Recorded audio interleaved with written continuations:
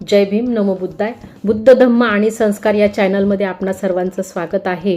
आपण बुद्ध आणि त्यांचा धम्म या ग्रंथाचं वाचन करत आहोत. आतापर्यंत आपण 3 खंड जे आहेत तर त्याचं वाचन पूर्ण केलेलं आहे. आजपासून आपला 4था खंड चालू होतो आहे. त्याच्यामधील जो पहिला भाग आहे तर तो धर्म आणि धम्म यांच्यातील भेद आपल्याला याच्यामध्ये दाखवणार आहे.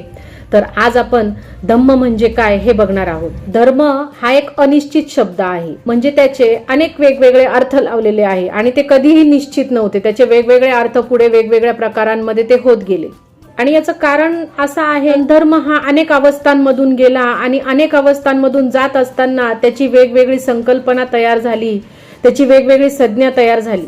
आणि धर्माची संकल्पना होती तर ती कधीही एका ठिकाणी ठाम अशी नव्हती आणि पुढे ती राहील अशी नाही. आणि मग एक काळ असा होता की जे विजा व्हायच्या आकाशामध्ये किंवा महापूर यायचे, प्रलय यायचे, तर हे जे आदिमानव होते, आपले जे पूर्वज होते आदिमानव, तर त्यांच्या आकलनाच्या खूप पुढे होतं आणि मग त्यांनी याला चमत्कार किंवा जादू असं त्यांना वाटायचं. आणि त्यावेळी धर्म जो होता तर तो जादू आहे अशी संकल्पना धर्माची होती. आणि मग पुढची संकल्पना जी आली तर ती धर्माची उत्क्रांती करणारी आली. त्याच्यामध्ये श्रद्धा, कर्मकांड, यज्ञ, पूजा, प्रार्थना याच्याशी धर्माचा संबंध जोडण्यात आला. आणि मग त्याच्यानंतर धर्मामध्ये परत एक अशी संकल्पना आली की विश्वामध्ये एक अशी शक्ती आहे की जी या सर्व घटना घडवत आहे, या घटनांचं ती निमित्त आहे, जी हे आदिमानव होते तर यांच्या आकलनाच्या पलीकडे होती. आणि त्याच्यामुळे मग हळूहळू ही जी जादू होती तर ती थोडीशी ओसरली, जादूची महती थोडीशी कमी झाली. आणि मग या शक्तीला पाशवी शक्ती म्हणून संबोधण्यात आलं. आणि पुढे पुढे याने शिव म्हणजे कल्याणकारी याचं रूप घेतलं. आणि श्रद्धा, कर्मकांड किंवा प्रार्थना, यज्ञ, याग हे संपूर्ण जे आहेत तर ते शिव याला प्रसन्न करण्यासाठी आहेत. आणि या पिशाच्य शक्तीला संतुष्ट करण्यासाठी हे सर्व जे मार्ग आहेत असं संबोधण्यात आलं. आणि मग त्यानंतरच या शक्तीला ईश्वर म्हणून संबोधण्यात आलं. आणि ईश्वरानेच या सृष्टीची निर्मिती केलेली आहे, या मानवाची निर्मिती केलेली आहे असं पुढे संबोधलं गेलं. आणि मग त्याच्या पाठोपाठ ही संकल्पना अस्तित्वात आली की माणसाला आत्मा असतो, आत्मा हा शाश्वत असतो आणि आत्मा हा माणसाच्या आतमध्ये कर्माकरिता ईश्वराप्रती उत्तरदायी असतो. या पद्धतीने धर्माच्या वेगवेगळ्या संकल्पना पुढे येत होत्या. म्हणजेच ईश्वरावरची श्रद्धा, आत्म्यावरची श्रद्धा किंवा ईश्वराची आराधना, वाम मार्गी जाणाऱ्या आत्म्याला सुधारणे, प्रार्थना, धर्मविधी, कर्मकांड, यज्ञ, याग आदी माध्यमांमधून ईश्वराला प्रसन्न करणे म्हणजे धर्म. हीच धर्माची मान्यता आहे आणि हाच धर्माचा भावार्थ आहे. या पद्धतीने धर्माच्या ज्या संकल्पना होत्या त्या बदलत बदलत पुढे पुढे गेल्या. आता आपण बघणार आहोत की धम्म धर्मापेक्षा भिन्न कसा आहे. बुद्ध ज्याला धम्म म्हणतात, हा धम्म धर्मापेक्षा खूप मौल्यवान आहे आणि खूप भिन्न आहे. आणि बुद्ध ज्याला धम्म म्हणतात ही संकल्पना युरोपातील धर्मवेत्ते यांच्या रिलिजन या संकल्पनेशी समांतर आहे. आणि जरी त्याच्याशी समांतर असली तरीही त्यांच्यामध्येही 2 वेगवेगळे भिन्न असे प्रकार आहेत. आणि म्हणून युरोपातील लोक बुद्धाच्या धम्माला रिलिजन म्हणत नाहीत. परंतु यामुळे बुद्धांच्या धम्माला काहीही फरक पडत नाही. आणि या विवादाच्या जाळ्यात अडकण्यापेक्षा आपण रिलिजन आणि धर्म हा धम्मापेक्षा कसा वेगळा आहे हे आपण इथे बघूयात. असं म्हटलं जातं की धर्म ही प्रत्येकाची वैयक्तिक बाब असते आणि म्हणूनच प्रत्येकाने आपापला जो धर्म असतो तो आपल्यापुरता सीमित ठेवायचा असतो. आपल्या धर्माला सार्वजनिक जीवनामध्ये कुठलाही हस्तक्षेप करायचा नसतो किंवा असा हस्तक्षेप करण्याची अनुमती नसते. आणि यापेक्षा संपूर्णपणे भिन्न असा धम्म आहे. ती एक सामाजिक संकल्पना आहे, ती एक मौलिक संकल्पना आहे. धम्म म्हणजे सदाचरण, धम्म म्हणजे माणसामध्ये सदाचार असणे किंवा सदाचाराचे संबंध असणे. यावरून हे स्पष्ट होते की माणूस जर एकटा असेल तर त्याला धम्माची आवश्यकता नाही. परंतु जर परस्पर संबंधित असे 2 माणसं जर एकत्र आले तर त्यांची इच्छा असो किंवा नसो तेथे धम्म हा विद्यमान होत असतो, धम्म हा तयार होत असतो. म्हणजे हा समाज जो आहे तर तो धम्माशिवाय त्याला कुठलाही पर्याय नाहीये. आणि समाजाला 3 पर्याय आहेत, त्यापैकी त्यांना एक पर्याय हा निवडावाच लागतो. आणि समाजाला जर वाटेल तर समाज शासनाचे साधन म्हणून धम्माची निवड करणार नाही.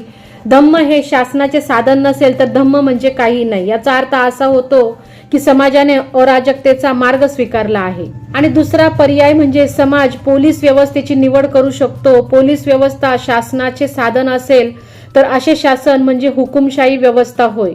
पुढे तिसरा पर्याय सांगितला आहे तो म्हणजे समाज धम्म आणि न्याय व्यवस्था.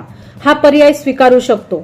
जेथे धम्माचे पालन होणार नाही तेथे न्यायदानाचा अधिकार असलेली मुलकी अधिकारी अशी ही शासन व्यवस्था आहे. आणि अराजकता आणि हुकुमशाही यांचा स्वीकार करणे म्हणजेच आपलं स्वातंत्र्य जे आहे तर त्याचा लोप पावणे असा होतो. फक्त जो तिसरा पर्याय आहे त्याच्यामध्ये स्वातंत्र्य जे आहे तर ते जिवंत आहे. आणि म्हणून ज्यांना स्वातंत्र्य हवे असेल त्यांनी धम्माचे पालन केले पाहिजे किंवा त्यांना धम्म हा आवश्यक आहे. आता धम्म म्हणजे काय आणि धम्माची काय आवश्यकता आहे हे आपण जाणून घेऊया. तर बुद्धांच्या मान्यतेनुसार धम्माचे 2 प्रधान तत्वे आहेत, ती म्हणजे प्रज्ञा आणि करुणा. आता प्रज्ञा म्हणजे काय आणि प्रज्ञाच का? तर प्रज्ञा म्हणजे निर्मल बुद्धी. बुद्धांनी आपल्या धम्माच्या 2 आधारशिला सांगितल्या आहेत. तर त्याच्यामध्ये एक जी आहे तर ती प्रज्ञेला त्यांनी मान्यता दिलेली आहे. कारण त्यांना समाजामध्ये मिथ्या विश्वास आणि अंधश्रद्धा जी होती तर तिला कुठलंही स्थान द्यायचं नव्हतं. पुढे करुणाच काय आहे आणि करुणाच का? तर करुणा म्हणजे प्रेम. कारण समाजामध्ये जर करुणा असेल, प्रेम जर असेल तरच समाज हा उन्नत होत असतो. आणि म्हणूनच बुद्धांची दुसरी जी आधारशिला होती तर ती करुणा होती. आणि या पद्धतीने बुद्धांनी जो आपला धम्म होता तर त्याची व्याख्या केलेली होती. ही व्याख्या धर्माच्या व्याख्येपेक्षा पूर्णपणे वेगळी होती. ती व्याख्या जितकी प्राचीन होती तितकी ती आधुनिक सुद्धा होती. आणि ती कुठून अशी उसनवार करून आणलेली नव्हती, कारण ती सत्य होती. प्रज्ञा आणि करुणेचा संपूर्ण संयोग म्हणजेच बुद्धांचा धम्म हा आहे. आणि हाच धर्म आणि धम्म यांच्यातील मौलिक असा भेद आहे. आपण आता धम्माचे आणि धर्माचे दोघांचेही प्रयोजन काय आहे हे बघणार आहोत. त्यामध्ये धर्माचे प्रयोजन काय आहे, धम्माचे प्रयोजन काय आहे, ते दोघं एक आहेत का किंवा वेगळे आहेत, त्यांच्यामध्ये भिन्नता आहे का?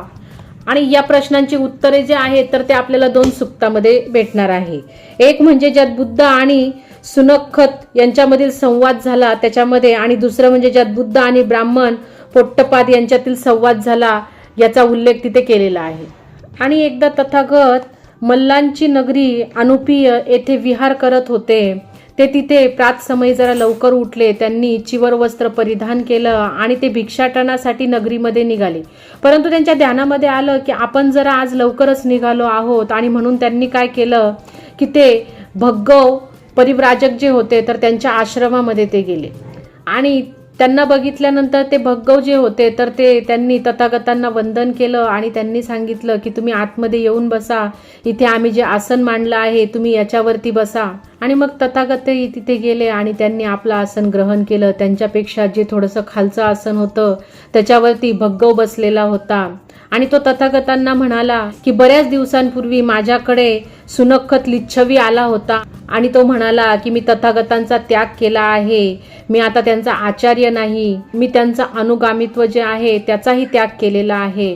आणि त्याने जे कथन केले तर ते वास्तव्य आहे का? त्यावरती भगवान उत्तरले की हो, तो जो बोलत आहे ते वास्तव्य आहे. दिवसांपूर्वी नव्हे तर बरेच दिवसांपूर्वी सुनखत लिच्छवी माझ्याकडे आला होता आणि त्याने मला सांगितले की महोदय, मी तथागतांचा त्याग करत आहे, यापुढे मी तुमचा अनुगामी राहणार नाही. तथागत आता माझे आचार्य नाहीत. आणि जेव्हा तो असा म्हणाला तेव्हा मी त्याला म्हणालो की हे सुनखत्ता, काय मी तुला कधी म्हणालो आहे की तू माझा आचार्य म्हणून स्वीकार कर, माझा अनुगामी हो?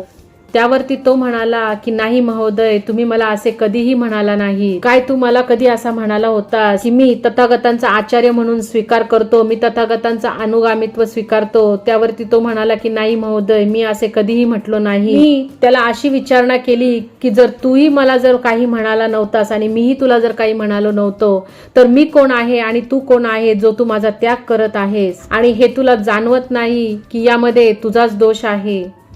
त्यावरती तो म्हणाला की परंतु महोदय, तथागतांनी मला सामान्य माणसाच्या शक्ती पलीकडचं, अकलना पलीकडचं असं कोणताही चमत्कार त्यांनी आजवर मला दाखवला नाही. परंतु हे आत्ताच का? कारण मी तुला कधीही म्हटलो नाही की तू ये आणि माझं आचार्यत्व स्वीकार आणि मग मी तुला सामान्य माणसाच्या पलीकडच्या शक्ती पलीकडचं, अकलना पलीकडचे चमत्कार दाखवीन. त्यावरती तो म्हणाला की नाही महोदय, तुम्ही असे कधीही म्हटले नव्हते. त्यावरती तूही मला असा म्हटला होतास की मी तथागतांच्या आचार्य स्वीकारतो आहे, कारण तथागत मला सामान्य माणसाच्या शक्ती पलीकडचं किंवा आकलना पलीकडचं चमत्कार मला दाखवणार आहे. त्यावरती तो म्हणाला की नाही महोदय, मी असे कधीही म्हटलो नव्हतो. मग मी तसे म्हटले नव्हते आणि तूही तसे म्हटले नव्हते, तर मग मी कोण आहे आणि तू कोण आहेस? हे मूर्ख माणसा, जी त्यागाची भाषा बोलतो आहे सुनकता, तू काय समजतो? सामान्य माणसाच्या शक्ती पलीकडे किंवा आकर्णा पलीकडे चमत्कार दाखवले जाणे अथवा दाखवले न जाणे या व्यतिरिक्त काय माझ्या धम्माचा उद्देश हा नाही की जो माझ्या धम्मानुसार आचरण करील त्याचे दुःख लयास पावेल? महोदय, चमत्कार घडो अथवा न घडो, तथागतांच्या धम्माचा उद्देश निश्चितपणे असा आहे की धम्मानुसार आचरण करील त्याच्या दुःखाचा नाश होईल. मग सुनक्खा, धम्माच्या उद्देशाच्या दृष्टीने चमत्कार घडणे अथवा न घडणे याला काहीही महत्त्व नसताना त्या चमत्काराचे तुझ्याकरता काय मूल्य आहे? त्या चमत्काराचा तुझ्यासाठी काय उपयोग आहे? आणि मग हे मूढमती, तूच बघ की तुझा याच्यामध्ये किती मोठा दोष आहे. परंतु महोदय, तथागत माझ्यावर सृष्टीच्या उत्पत्तीचे रहस्यही व्यक्त करीत नाहीत. हे सुनकता, मी तुला कधी असे म्हटले होते की तू माझा अनुगामी हो आणि मग मी तुला सृष्टीच्या उत्पत्तीचे रहस्य सांगेल? नाही महोदय, आपण असे कधीही म्हटले नव्हतात. किंवा तू तरी मला असे कधी म्हटला होतास की तथागतांचा मी अनुगामी होईल, कारण मला तथागतांकडून सृष्टीच्या उत्पत्तीचे रहस्य प्रगट करून घ्यायचे आहे? नाही महोदय, मीही असे कधी म्हटलो नाही. जर मी तसे तुला कधी म्हटलेलो नाही आणि तूही कधी मला म्हटलेले नाहीये, तर मग तू कोण आहेस आणि मी कोण आहे? हे मूढमती माणसा, या कारणास्तव तू त्यागाचे बोलतो आहेस. सुनकता, तुला काय वाटते? सृष्टीच्या उत्पत्तीचे रहस्य प्रगट केले काय अथवा न केले काय, काय हा माझ्या धम्माच्या देशनेचा उद्देश आहे का? माझ्या धम्माचा उद्देश असा आहे की लोकांनी धम्मचरण करावे, म्हणजे त्यांच्या दुःखाचा नाश होईल. तथागत सृष्टीच्या उत्पत्तीचे रहस्य प्रगट करो अथवा ना करो, तथागतांच्या धम्माचा उद्देश हाच आहे. जो कोणी तथागतांच्या धम्माप्रमाणे आचरण करील त्याच्या दुःखाचा क्षय होईल, नाश होईल. आणि मग हे सुनकता, सृष्टीच्या उत्पत्तीचे रहस्य प्रगट होणे अथवा न होणे याचे धम्माच्या उद्देशाच्या दृष्टीने काहीही महत्त्व नाही, तर तुझ्या दृष्टीने सृष्टीच्या उत्पत्तीचे रहस्य प्रगट करणे अथवा न होणे याच्यामध्ये काय मोल आहे, ते काय तुला महत्वाचे आहे? यावरून हे स्पष्ट होते की धर्म हा सृष्टीच्या उत्पत्तीच्या रहस्याशी संबंधित आहे, तर धम्माचा याच्याशी काहीही संबंध नाही. पुढे पोट्टपाल याच्याशी भगवंताचा संवाद झाला. एकदा तथागत श्रावस्ती येथे अनाथपिंडकाच्या जेतवनामध्ये वास्तव्याला होते. त्या समयी परिव्राजक पोट्टपाल जो होता, तर हा राणी मल्लिकेच्या उपवनातील प्रसादाला वास्तव्याला होता. त्याचा उद्देश दार्शनिक विचारधारांवर विवाद करणे हा होता आणि त्याच्याकडे सुमारे 300 परिव्राजक होते. आणि मग पोट्टपाल एक दिवस तथागतांना विचारता झाला की हे तथागत, काय ही सृष्टी जी आहे तर ती सनातन आहे काय? काय हा विचार सत्य आहे का? काय अन्य विचार असत्य आहे का? मूर्खपणाचा आहे का? त्यावरती तथागतांनी सांगितलं की हा असा एक विचार आहे की यावरती मी माझं कुठलंही मत व्यक्त केलेले नाही. तथागतांनी त्याला सांगितलं. त्यानंतर क्रमाक्रमाने पोट्टपालाने खालील प्रश्न विचारले. त्याने पहिला प्रश्न विचारला की सृष्टी सनातन आहे का? सृष्टी ससीम आहे का? सृष्टी असीम आहे का? काया आणि आत्मा एकच आहेत का? काया वेगळी आहे काय आणि आत्मा वेगळा आहे काय? हे दोन भिन्न भिन्न आहेत. ज्याला सत्य गवसले आहे त्याचे मरणोत्तर अस्तित्व असते काय? त्याचे मरणोत्तर अस्तित्व नसते काय? त्याचे मरणोत्तर अस्तित्व असतेही आणि नसतेही काय? मरणोत्तर त्याचे अस्तित्व असते आणि मरणोत्तर त्याचे अस्तित्व नसणेही असे नाही काय? आणि या प्रत्येक प्रश्नाला तथागतांनी तेच उत्तर दिले. या सर्व विषयावर ते पोट्टपाल की माझे कोणतेही मत मी व्यक्त केलेले नाही. परंतु या विषयामध्ये तथागतांनी आपले मत का व्यक्त केले नाही? कारण या प्रश्नाचं उत्तर देणं यामध्ये कुठलाही लाभ नाही. या विषयाचा धम्माशीही काही संबंध नाही किंवा माणसाच्या आचरणामध्ये काही सुधारणा व्हावी असाही याचा काही संबंध नाही. त्यामुळे कुठली विरक्ती उत्पन्न होत नाही किंवा कामवासनांचाही क्षय होत नाही. याने शांतीही प्राप्त होत नाही. त्यामुळे चित्ताची शुद्धताही शांत पावत नाही. याने खरे ज्ञानही प्राप्त होत नाही. याने प्रज्ञाही लाभत नाही. ना हे विषय निर्वाण पथावर अग्रेसर करतात, म्हणजे आपल्याला ते निर्वाण पथावरही घेऊन जात नाही. आणि त्यामुळे अशा निरर्थक प्रश्नांचे उत्तर भगवंताने दिलेले नाही. आणि मग भगवंताने सांगितले की हे पोट्टपाल, मी जे उत्तर दिलेले आहेत की दुःख काय आहे, मी असे प्रतिपादिले आहे की दुःखाचा उगम कोठे होतो, दुःखाचे मूळ काय आहे, दुःखाचा निरोध काय आहे. मी हेही प्रतिपादिले आहे की दुःखाच्या निरोधाचा मार्ग कोणता आहे, कोणत्या मार्गाने गेल्यास दुःखाचा क्षय होतो, निरोध होऊ शकतो. आणि तथागतांनी याच विषयांना प्रतिपादन केलेले आहे, सांगितलेले आहेत. पुढे ते म्हणाले की याचे जे मी मत दिलेले आहेत, कारण हे सामान्य जनांकरिता लाभदायक आहे, कल्याणकारी आहे, या विषयांचा धम्माशी संबंध आहे. या विषयामुळे माणसातलं जे आचरणामध्ये सुधारणा होते, त्यांना सहाय्य मिळतं, त्यांना विरक्ती वाढते, कामतृष्णा जी होते तर ती शांत पावते, याने चित्त शांत होते, यामुळे चित्ताची शुद्धता शांत पावते, यामुळे प्रज्ञा प्राप्त होते, त्यामुळे खऱ्या ज्ञानाचा लाभ होतो आणि माणूस निर्वाणाच्या पथावरती अग्रेसर होतो. आणि म्हणून हे पोट्टपाल, मी या प्रश्नांमध्ये माझं मत व्यक्त केलेलं आहे. आणि धर्माची विषयवस्तू काय आहे तर या संवादामध्ये स्पष्ट मांडण्यात आलेली आहे. धम्माची विषयवस्तू काय नाही हेही या संवादामध्ये स्पष्ट केलेली आहे. या दोहोंमध्ये जे 2 ध्रुव इतके अंतर आहे ते याच्यामध्ये दिसून येते. धर्माचा उद्देश सृष्टीच्या उत्पत्तीचे स्पष्टीकरण हा आहे, पण धम्माचा उद्देश जो आहे ती सृष्टीचं पुनर्रचना किंवा पुनर्निर्माण करणे हा आहे.